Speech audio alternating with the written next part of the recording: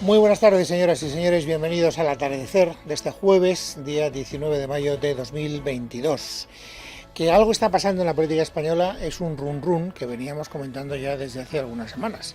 Entre otras cosas porque la estabilidad del gobierno ha pasado por momentos muy apurados, todavía sigue atravesando momentos muy apurados, y porque se respiraba un cierto clima de fin de ciclo. Al Partido Socialista las cosas se les estaban poniendo muy costosas, cada proyecto de ley. Ayer asistíamos al último episodio de ver cómo no tenía mayoría para sacar enmiendas en una ley, la que quería abolir la prostitución, que era una enmienda muy querida por el propio Partido Socialista. Por falta de apoyos al final la tuvo que retirar. Era sencillamente un síntoma de que a esta formación política, a este gobierno de coalición, el final de la legislatura se le iba a hacer muy largo.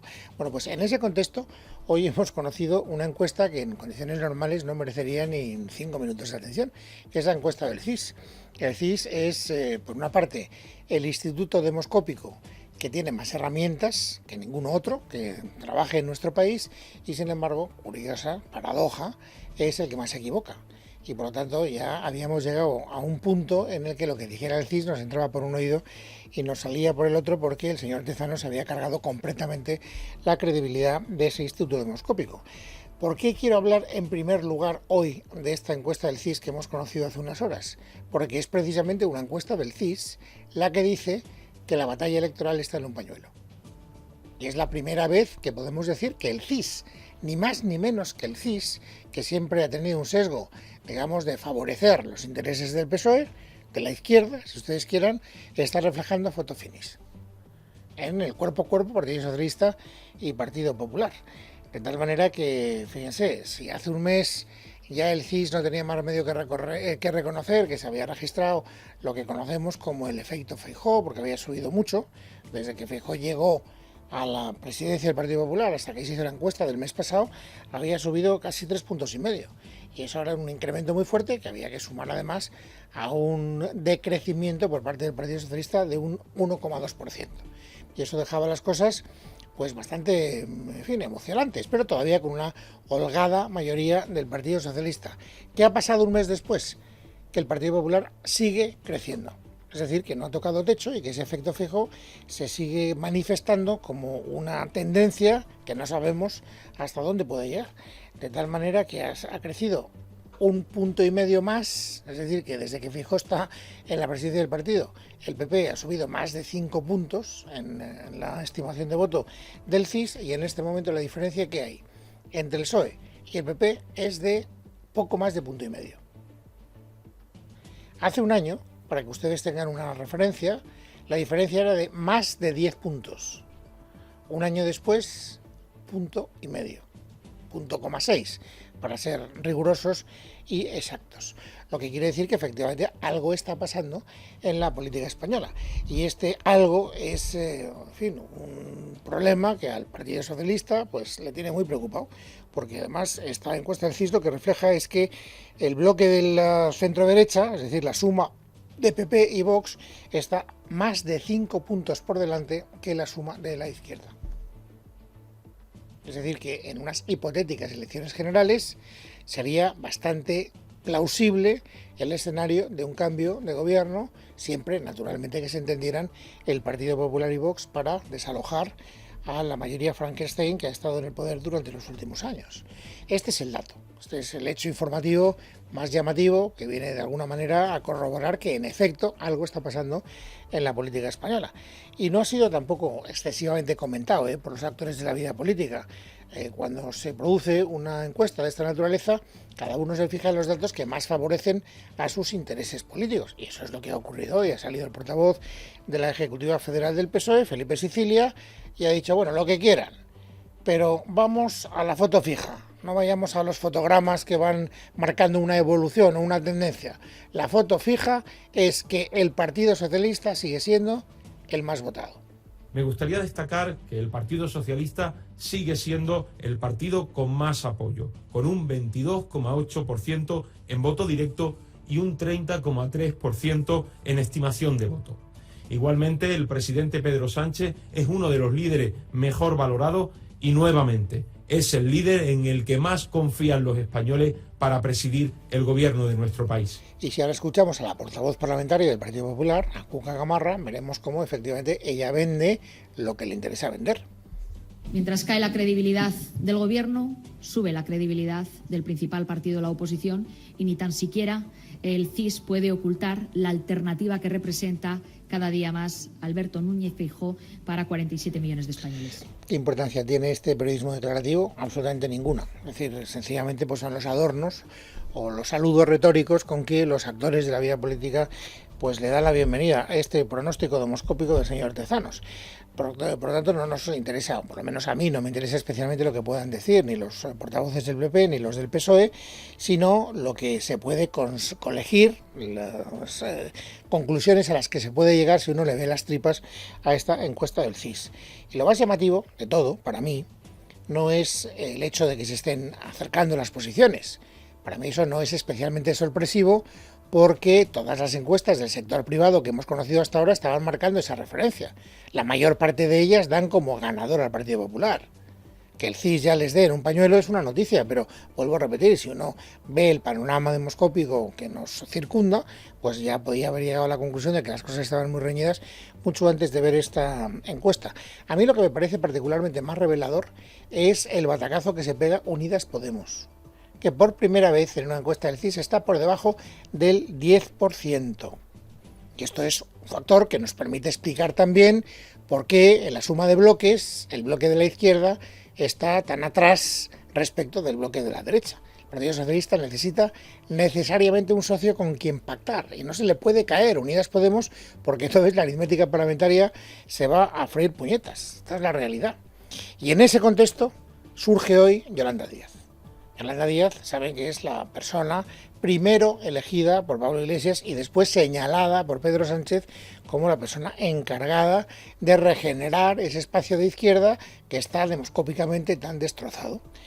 Ayer supimos, y hoy lo ha confirmado la propia Yolanda Díaz, que ha inscrito en el registro de asociaciones políticas un movimiento que se llama Sumar y que tiene que servir para que ella vaya auscultando a la sociedad civil a ver qué apoyos tiene.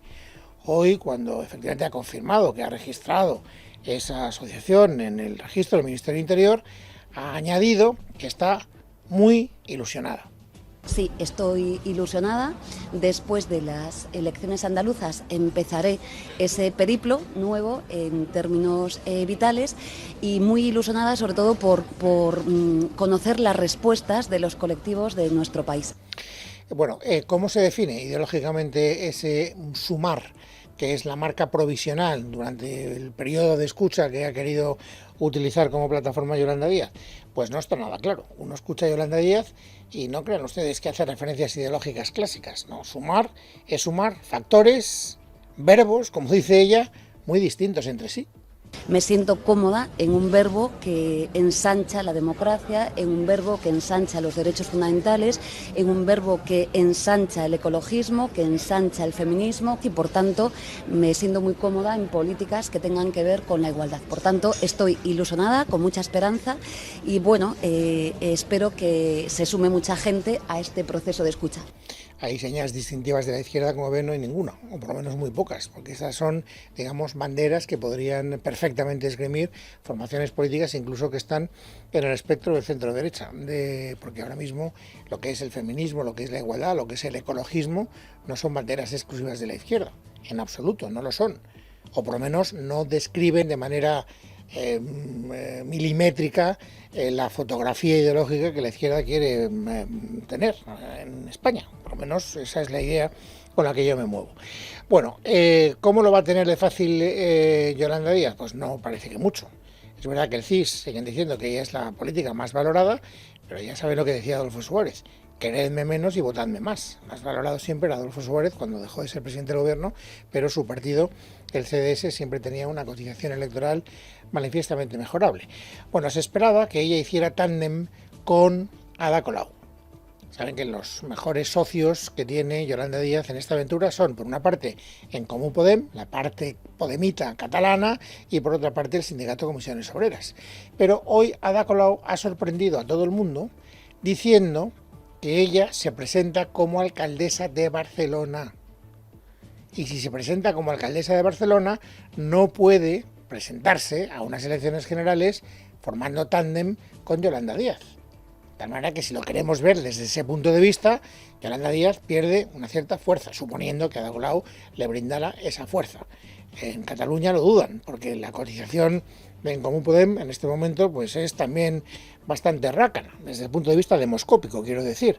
Y sin embargo, Ada Colau, que se había comprometido a no estar más de 2 mandatos, incumple su promesa, vaya sorpresa, y anuncia que se presenta por tercera vez. Esmeralda Ruiz. Cansada de la actividad pública, ha llegado a decir en multitud de ocasiones, pero Ada Colau cambia el guión para sorpresa de pocos, porque las bases de su partido ya le habían pedido esta excepción, dice ella, de no atender a lo que reflejan sus estatutos, que fijan el límite en 2 mandatos. Hoy Colau daba un paso al frente. Será un honor y será una alegría. Será un honor y será una alegría poder optar a un tercer mandato de la alcaldía de Barcelona para consolidar este proyecto de la Barcelona del futuro, para un nuevo modelo de ciudad que ya es visible, ya la estamos transformando. Ja l'estem transformant. Y lo hace en un momento complicado, con su popularidad por los suelos, según el último barómetro municipal. Las críticas a la gestión de Ada Colau se han disparado en asuntos como la limpieza y la seguridad en la ciudad condal. No solo eso, recordamos que también está siendo investigada por la causa de las subvenciones concedidas a entidades del entorno de su partido Barcelona en Común durante sus 2 mandatos. La Fiscalía la pasada semana pidió el archivo y esto podría haber sido el impulso para que Colau hoy haya confirmado que quiere revalidar el bastón de mando, desmintiendo además con este gesto, es el otro titular, que dará el salto a la política nacional para sumarse al proyecto de Yolanda Díaz.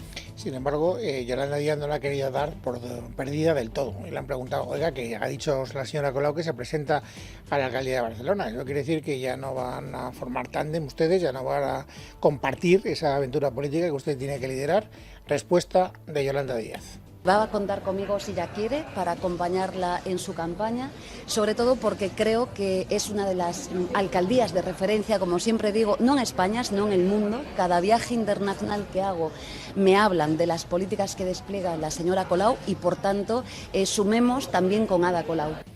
Bueno, vamos a ver lo que suma la señora Yolanda Díaz con Ada Colau o sin Ada Colau, pero si estamos hablando de lo que es el panorama político en la orilla de la izquierda en nuestro país, tenemos que hacer referencia también a las desavenencias, a los desencuentros entre Unidas Podemos y el Partido Socialista. Les decía al principio, a título de ejemplo, que la última, anécdota, el último episodio de división se vivió como consecuencia de una enmienda que quería introducir el Partido Socialista para abolir la prostitución.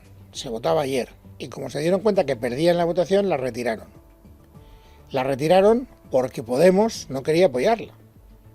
Y esto volvía a manifestar, a poner de manifiesto que entre esas 2 formaciones políticas, por mucho gobierno de coalición que haya por medio, siguen habiendo, insisto, por encima de eso, muchas diferencias. Hoy el Partido Socialista no se ha querido rendir y nos ha contado, es una de las noticias del día, que ellos van a recuperar esa enmienda que ayer hubieran perdido en el caso de votarla para convertirla en una reforma del Código Penal, en un proyecto de ley propiamente dicho con el objetivo de abolir la prostitución en nuestro país. Escuchen a Adriana Lastra. La posición actual de Unidas Podemos no la conozco, lo que sí conozco es que no quisieron apoyar nuestra enmienda de abolición de la prostitución y de persecución del proxenetismo, eso sí que lo sé. Bueno, pues ahora, lo distinto es que los grupos parlamentarios ya no tendrán excusas. Ahora es una ley exclusiva para perseguir el proxenetismo en todas sus formas. Y ahora es donde tienen que decir si quieren abolir la prostitución o no, si quieren perseguir al proxeneta o no. Va a ser un debate bastante sencillo. Vamos a ver ese debate si efectivamente al final acaba en una confluencia de intereses o no. Hoy ha habido unas declaraciones de Irene Montero de entender, que este planteamiento del Partido Socialista tampoco está muy lejos del planteamiento que ellos defienden y a ver si en ese punto se terminan encontrando y a ver si solventan las diferencias.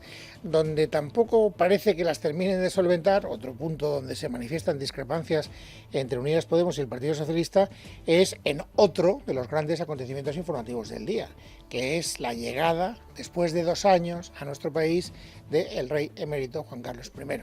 Saben que en un jet privado vuela a estas horas con dirección a Sanjenjo, donde se espera que alrededor de las 7 de la tarde tome, bueno, creo que aterrizaba en Gijón y luego en coche, o en Vigo, y en coche se iba hasta Sanjenjo. Bueno, el rey va a llegar, es inevitable, se va a convertir con toda seguridad en una condición. Hay muchas formas de celebrar la amistad, pero solo Brugal tiene la fórmula de celebrar la amistad verdadera. Por eso queremos que tú y tus amigos la celebréis al ritmo de Sidecars y Carolina Durante, y muchas experiencias inolvidables más.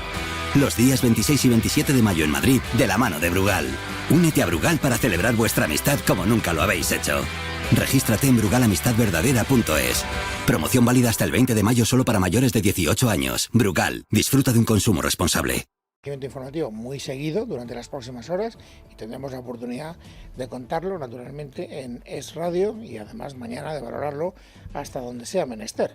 Pero ya de entrada las declaraciones previas manifiestan que pues, la izquierda está bastante complicado y el Partido Socialista por una parte trata de decir que defiende la monarquía, que defiende la labor de Felipe VI, que defiende la forma de Estado que nos da la Constitución, que no quiere enredar con las cosas de comer, pero al mismo tiempo sabe que tiene que mandar mensajes, digamos, de tranquilidad, en fin, digamos así, abiertamente, de tranquilidad emocional a su propio electorado. Por eso hoy dos miembros del gobierno, no del partido, del gobierno, dos, la ministra de Justicia y la ministra de Hacienda, han dicho que el rey, muy bien que venga, nada que objetar, pero por favor, que dé explicaciones de su conducta pasada. Escuchen en primer lugar a Pilar Llop, la ministra de Justicia. Yo estoy segura que a la ciudadanía le gustaría recibir explicaciones sobre todo lo que ha sucedido. Como sabemos, en vía judicial los asuntos han quedado archivados por parte de la Fiscalía, pero a la ciudadanía le gustaría tener algún tipo de explicación sobre estas situaciones. Pero en cuanto a la llegada del rey emérito, es una cuestión que atañe a la Casa Real y por lo tanto el Gobierno nada tiene que decir.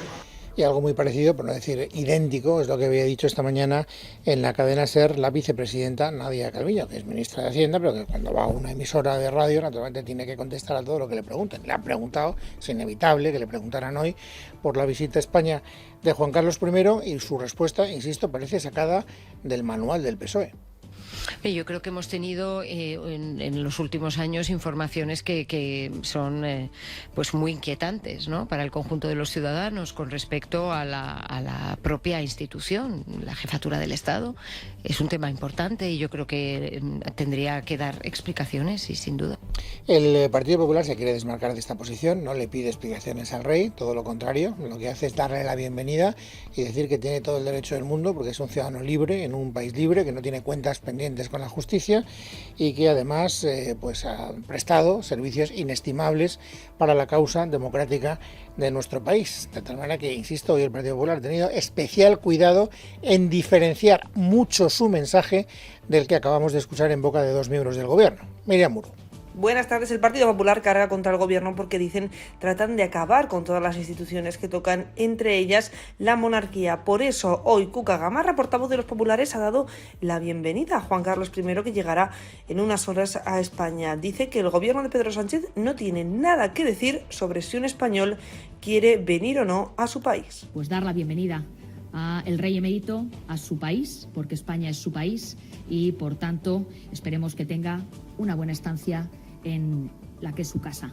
Lo que vemos con lo que usted me planteaba es que no hay institución que no deje vivo este gobierno, ¿no? Si no es una parte, es otra parte, pero al final todo lo que hacen debilita lo que son las estructuras y las instituciones de nuestro Estado. Desde el Partido Popular además reconocen la labor, dicen, del rey emérito durante la transición y aseguran que el gobierno no tiene por qué decirle a Juan Carlos I si tiene o no que pedir perdón cuando ya no tiene ninguna causa en nuestro país. Bueno, pues como ven, este forcejeo entre el Partido Socialista y el Partido Popular se mantiene, y no solo por lo que tiene que ver con la visita del rey durante 2 o 3 días a nuestro país, porque luego se volverá a Abu Dhabi, como saben.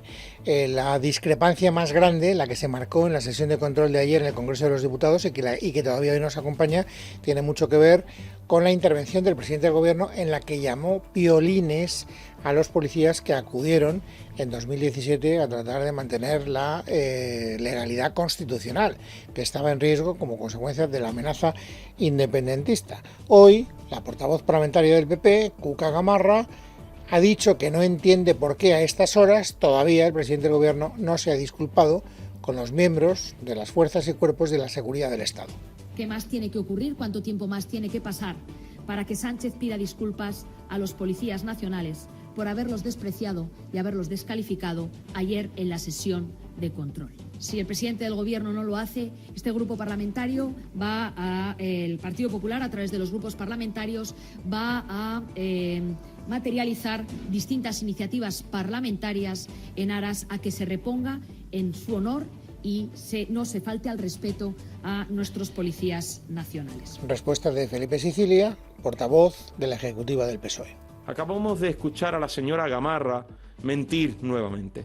Mentir sobre cómo el presidente del Gobierno se dirigió a las fuerzas y cuerpos de seguridad del Estado en la sesión de control de ayer. La señora Gamarra sabe que miente.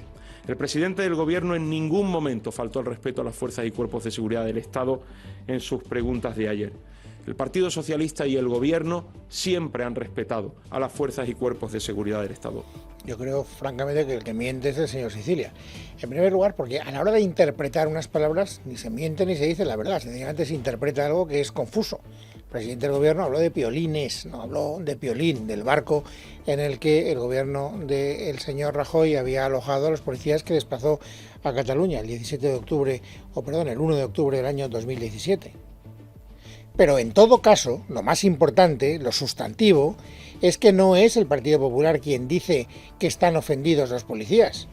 Quien dice que los policías están ofendidos son los propios policías, señor Sicilia. Por lo tanto, no se dirige al Partido Popular. No le acuse de mentir cuando dice que está la policía ofendida. Escuche a la propia policía, que es la que dice que se siente ofendida por las palabras de ayer del presidente del Gobierno. Y tiene razón Gamarra. Todavía el presidente del Gobierno no ha emitido el más leve síntoma de disculpa. ¿Parecerá bien o le parecerá mal? Pero yo creo que esos son hechos difícilmente controvertibles. Y la última referencia, como siempre, antes de los titulares de otras noticias destacadas de este jueves, la situación en Ucrania. Ya saben ustedes que no solo es la guerra en sí mismo lo que se está manteniendo en juego, sino toda la reordenación de lo que es el mundo occidental, en torno a la Unión Europea, en torno a la OTAN, en torno a las sanciones para tratar de mantener a Putin. Última hora. Verónica Jorro. El gobierno ucraniano ya no se conforma con negociar un alto el fuego con Rusia para detener la invasión del país. Quiere que el ejército invasor abandone todo su territorio. Es lo que ha dicho en su cuenta de Twitter el asesor del presidente ucraniano y uno de los integrantes del grupo negociador. Dice que la sociedad ucraniana no está interesada en un nuevo Minsk y que regrese la guerra en unos años. Se refiere al acuerdo firmado en 2014 que trataba de poner fin al conflicto desatado en las regiones prorrusas ucranianas de Lugansk y Donetsk en el este del país. El protocolo fue firmado en la capital bielorrusa por representantes de Rusia y de las dos regiones autoproclamadas repúblicas independientes, además de por Ucrania. Recordamos que Rusia se anexionó en 2014 la península de Crimea, territorio que ha puesto bajo su administración mientras ha persistido el conflicto separatista en Lugansk y Donetsk, que forman el Donbass, donde operan guerrillas prorrusas que son ayudadas por Moscú. Por otro lado, Rusia está dispuesta a retomar las negociaciones con Ucrania si Kiev expresa su disposición a hacerlo. Según el viceministro de Exteriores ruso, no fueron ellos quienes interrumpieron el proceso de negociaciones, lo pausaron sus socios, dicen los ucranianos. Ayer mismo acusaba a Kiev de falta de voluntad negociadora. Además, advertencia de la Unión Europea en voz del canciller alemán Olaf Scholz: no habrá una paz dictada por Rusia, y ha subrayado que suministrar armas a Ucrania no supone una escalada de la situación, sino una contribución a repeler la agresión rusa. Noch immer glaubt Putin, Putin todavía sigue pensando en que puede dictar la paz a bombazos, pero se equivoca, como se equivocó ya en lo que respecta a la decisión de los ucranianos y a la unidad de nuestras alianzas. No habrá una paz dictada porque los ucranianos no la aceptan y nosotros tampoco, ha afirmado Scholz ante el Bundestag, donde también ha advertido de que su gobierno no aceptará atajos en la integración de Ucrania en la Unión Europea, a pesar de los reiterados llamamientos de Zelensky para acelerar un proceso que puede demorarse durante años. Por cierto, que Alemania ha castigado a Gerhard Schröder por sus vínculos con Putin y le ha retirado los privilegios que le corresponden como ex canciller federal, que incluye una oficina y sus empleados con unos gastos totales del año pasado de 418.000 euros a cargo del contribuyente. La oficina llevaba meses sin funcionar porque el personal había dimitido en bloque después de la invasión de Ucrania.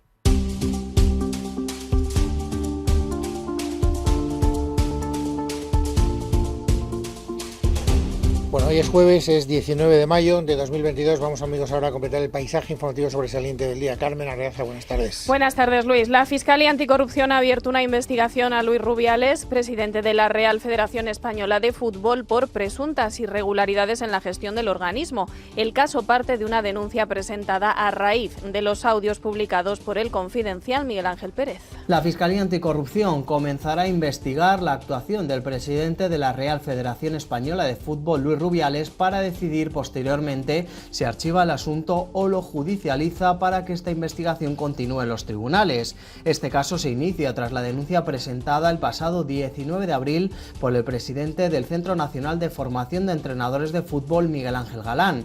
Galán apuntaba en su denuncia la presunta comisión de delitos de cohecho, corrupción en los negocios y entre particulares, administración desleal y prevaricación administrativa por el contrato suscrito por la Federación con Arabia Saudí para que se disputara la Supercopa de España en ese país. Todo ello con la intermediación del jugador del Fútbol Club Barcelona, Gerard Piqué.